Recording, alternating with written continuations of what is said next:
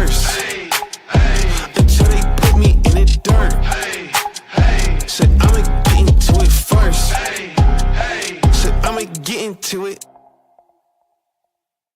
Welcome in. I am the Dad Panther, variety streamer, content creator, master of none. You can also call me Mr. Showtime. I'm here with Manny, the not so super fan, and we are ready for yet another episode of the 1, 2, 3 count. And we are going to talk some WWE, some all elite wrestling, and some stuff in between, give or take what the timekeeper, the booker, has to do. Before we get into it, hit the subscribe button, like, follow, share all the other stuff. We are on Facebook, TikTok, Twitter, Twitch, YouTube, damn, we everywhere, and we appreciate over 24,000 subscribers. Can't be wrong, baby. Can't be wrong.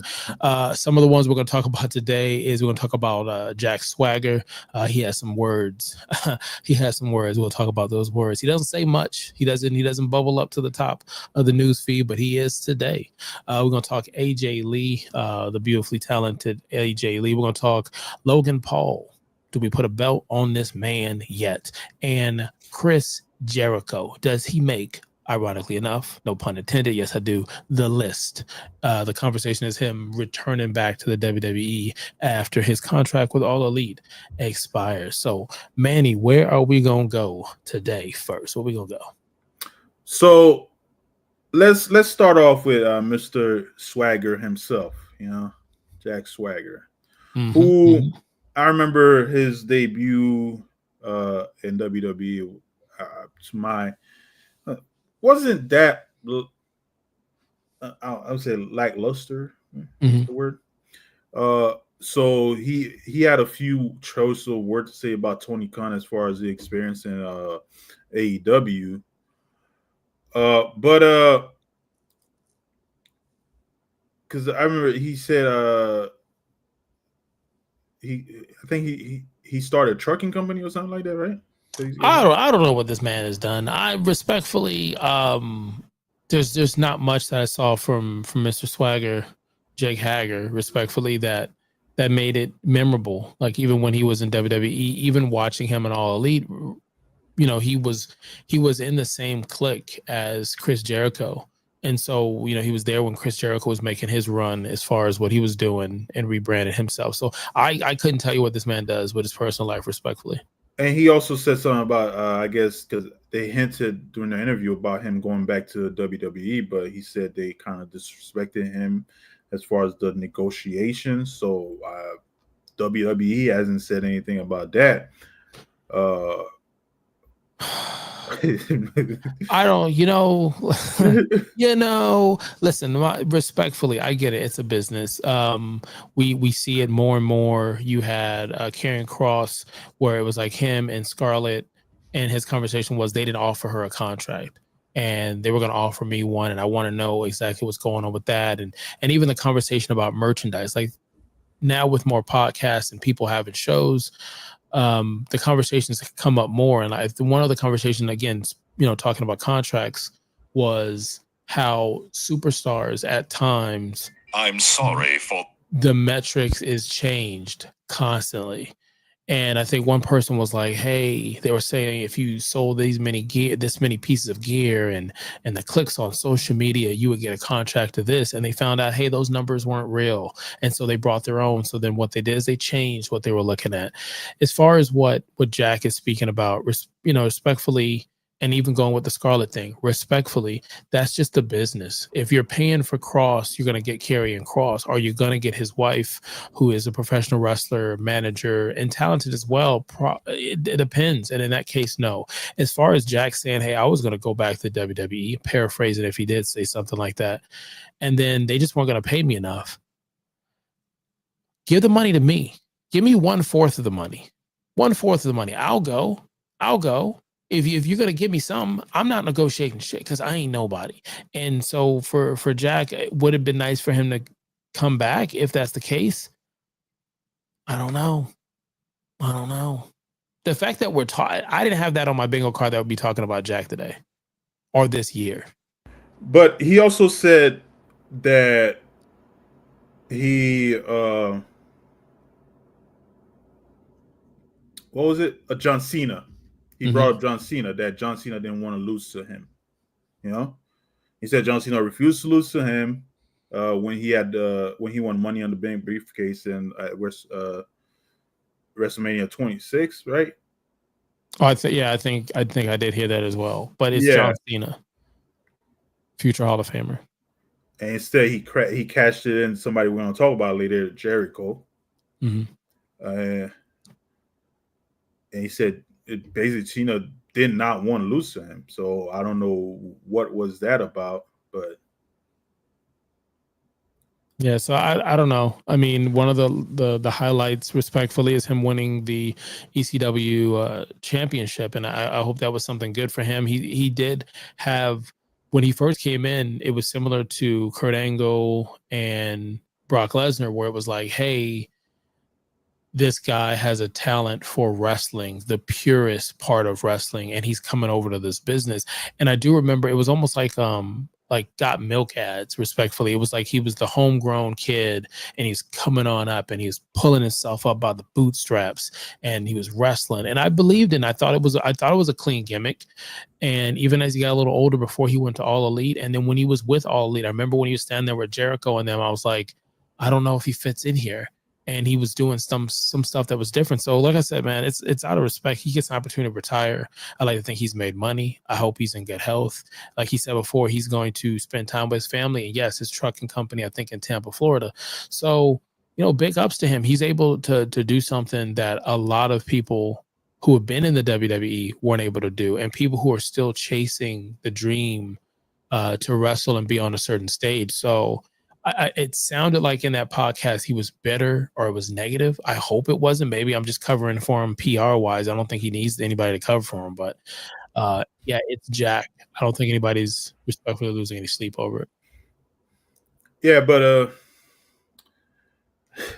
the next one is somebody I just brought up. His name is Mr. Y2K himself, Jericho, who the rumor is that he might be coming back to Please WWE. come back. Please come back. I think it would be appropriate for him to come back to WWE.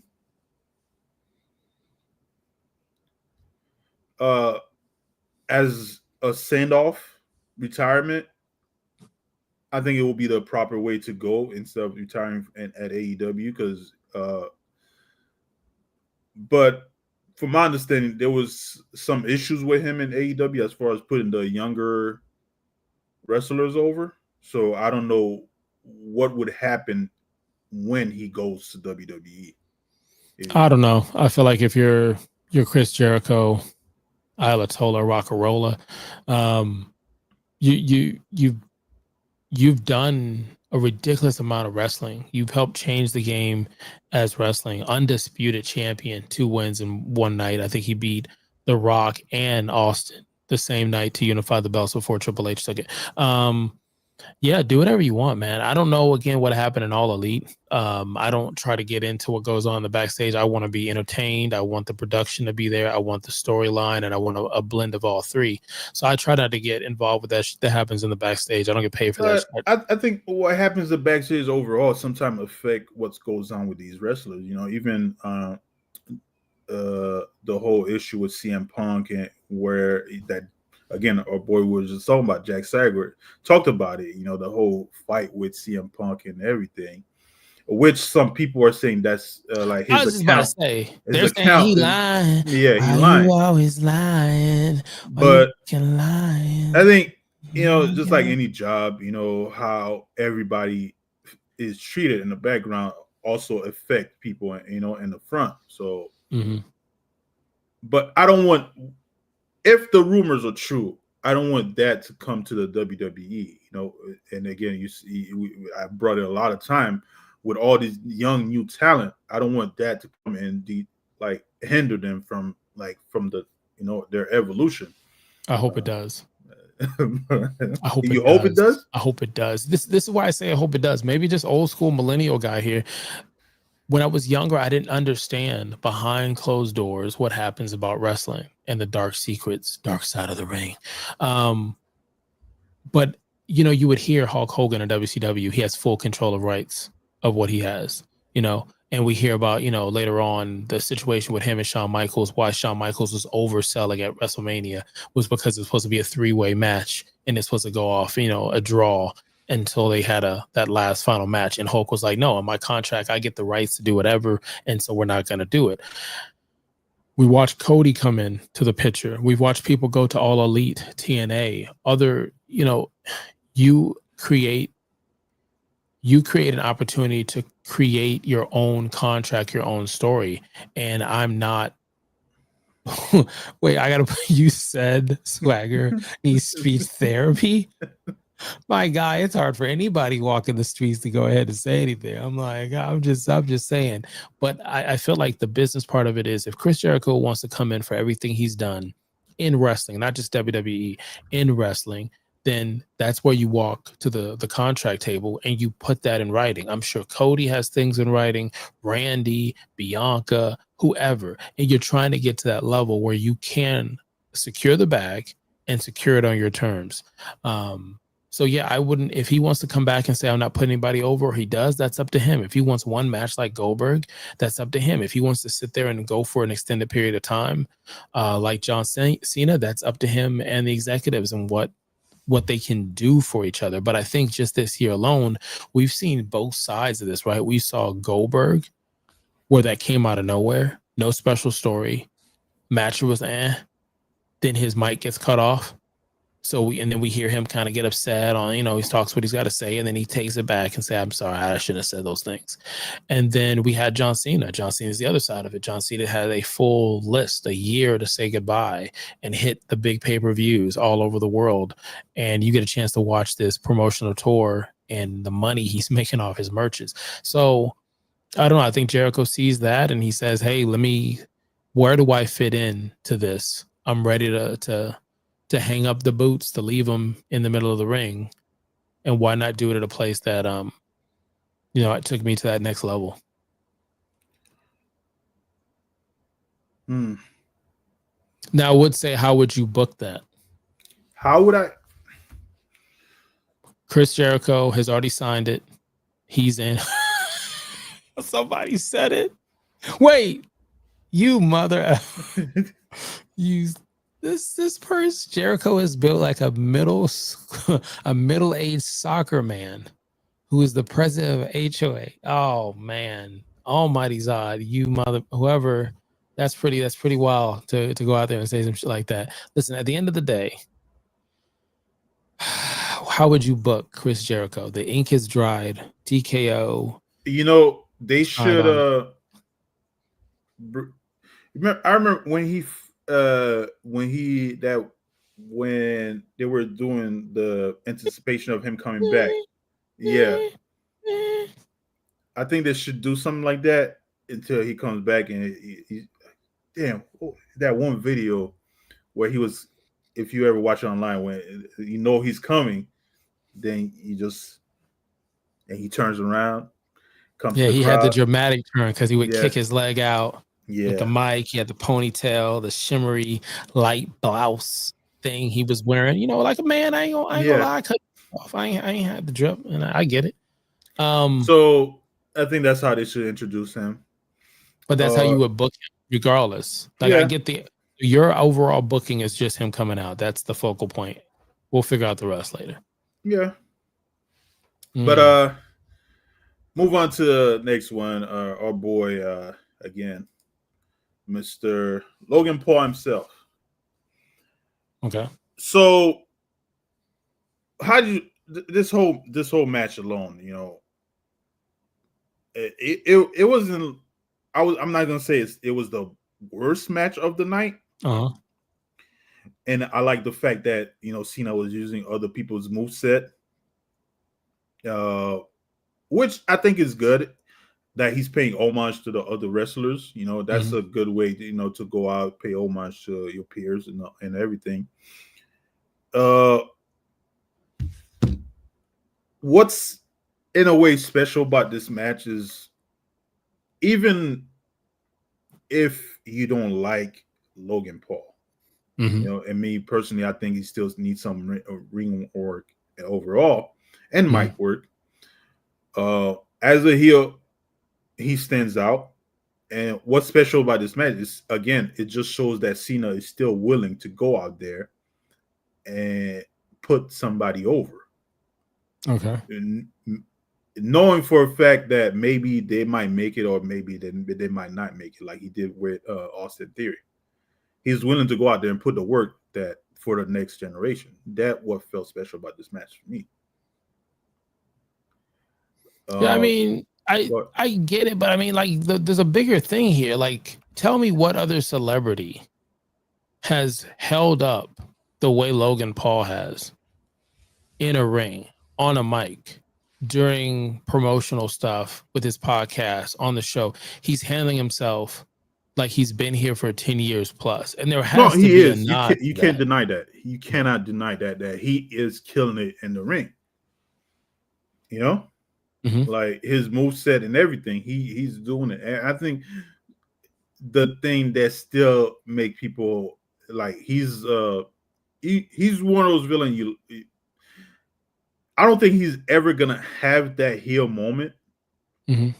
I mean that face moment, because that persona where he had before he became a wrestler is still in a way following him, especially the other prank and stuff he did on YouTube. Still carry over.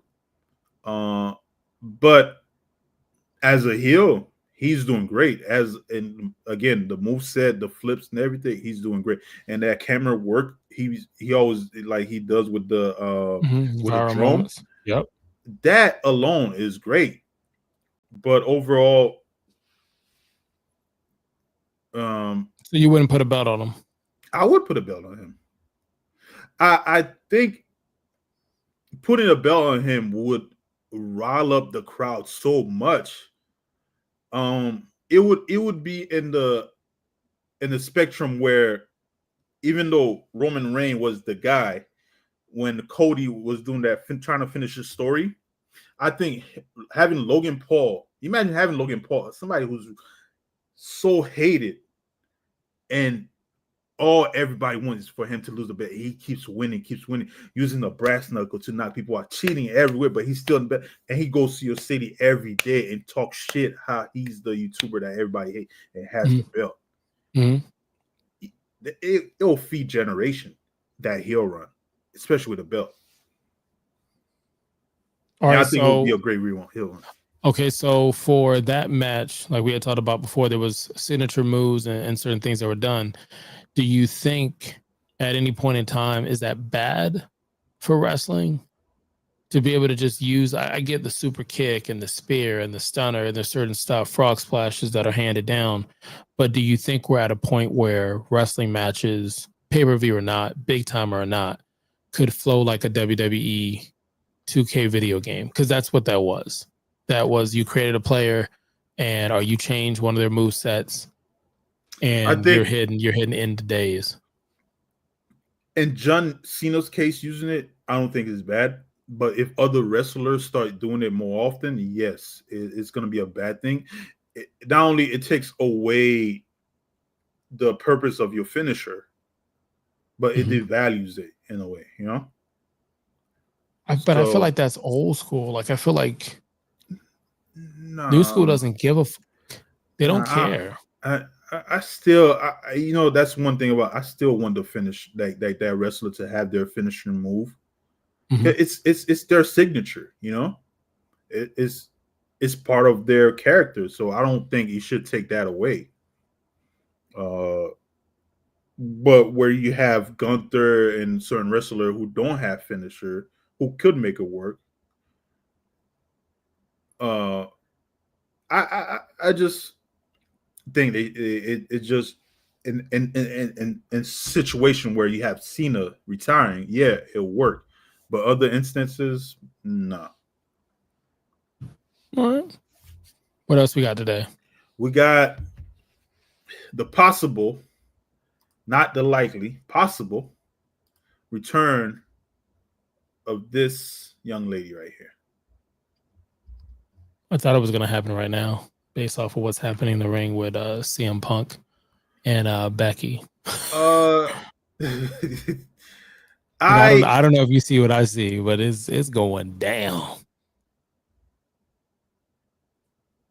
I don't necessarily think she's gonna return, but if she does, If she doesn't return, they've let us fucking down. They let themselves down. That's ridiculous. imagine having again the tag team match between. Right. It would be crazy. It would feed generations. It could open the door for mixed tag team matches. I know the WWE really doesn't do it. Matt Cardona does it damn near every weekend. He's fighting a female, and the fans are going crazy in an independent scene. But Like yeah, Lucha Underground. yeah, but you can't do that. You can't sit there and place the Easter eggs where you had Roxanne is doing a move that everyone's like, AJ, look what's going on. And AJ's saying things on social media to the universe about what's kind of going on. And then CM Punk pointing to fan-made signs just yesterday in Paris. I'm like, you can't do this because you're going to get that blowback But where people are maybe going to be pissed. maybe the ink is not finalized yet in the contract. No, they'd be finalizing shit. We seen Unreal. They're so many steps ahead of us. I'm sure the ink is already signed. It's like, how do you drop this in? How do you It's place it probably in a finalized pay-per-view? now. No, it's probably been fucking finalized because you've got a Bella back. You had Trish come back. You've had Charlotte was ready and she's good to go and she's different. She's a full-time wrestler. But we've had legends and superstars go and come back, and that's what I think TKO is doing. They're like, hey, we want upper middle class to buy our stuff. We don't care if you can afford it, go for it. If you I make bad financial decisions. If that's what you're gonna do to come out to our live show, knock yourself out. But it ain't for you. It's for the people with money. And the people with money, they want viral moments and they want the superstars they grew up on, and we're gonna give it to them. Damn it. So AJ coming back with Becky doing it, I think it's the perfect time. Like I said before in a previous the third count, was I wished that Becky would have had the championship belt on, so they're both holding up the championship belt at the end of the Clash in Paris. I thought Becky should have won both championship belts. Let's take this rivalry to a whole nother thing. I think she should have been 2-belt Becky, would have pissed off everybody, would have been the heel you needed until you put the belts where you needed to. And the person to take the 2 belts off of her, like I told you before, was Bayley. Bayley would take both championship belts. She would turn heel, but a bigger heel against Becky, and it would feed. Ooh, we would eat. So I think AJ's got to make a pop-up appearance. I don't know if you make her pop up this Monday. I actually think you save it. You wait till next Monday and you let it blow off during a major pay-per-view. But again, I don't get paid to book. I don't get paid to talk, but I do it anyway.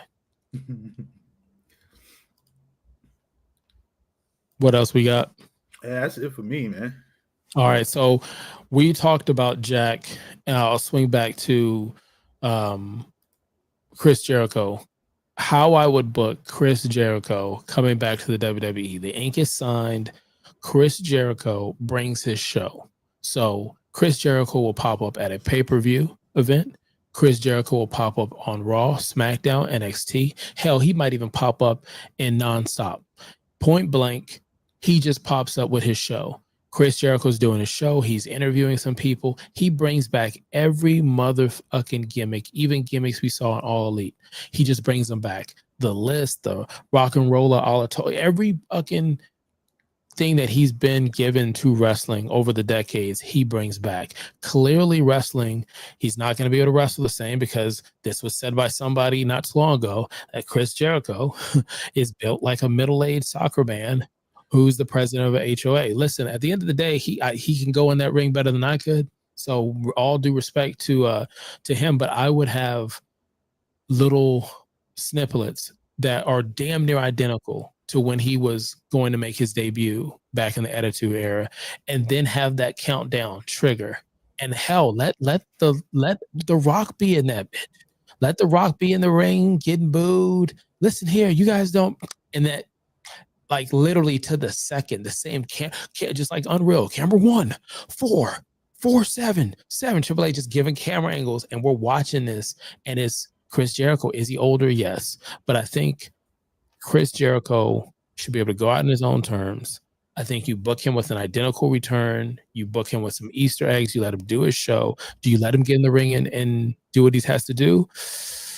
I don't know.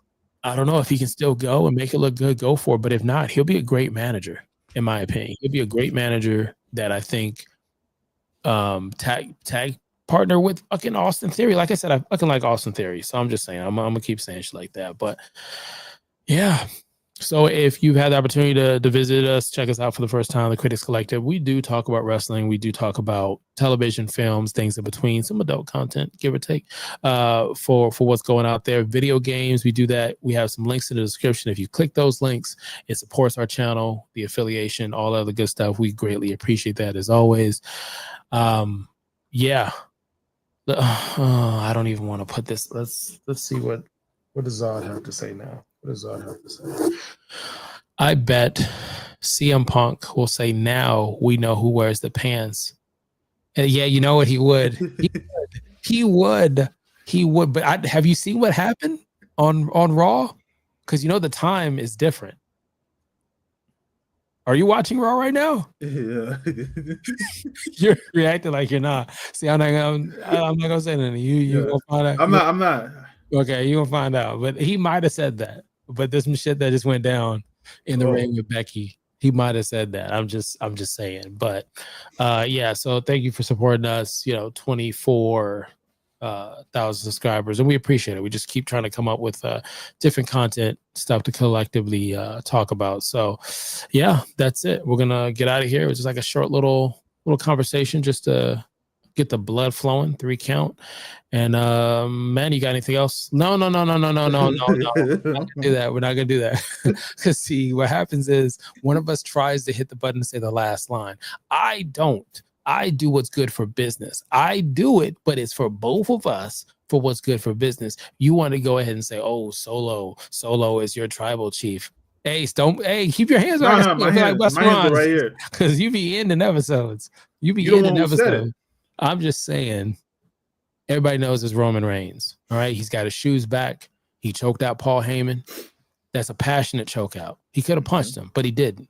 He choked his ass out because there's all the love or hate in there. But point blank, it's passionate. So you could have been anywhere in the world and you chose to be here on the 3 count. Until next time, Kalika Lika Lao.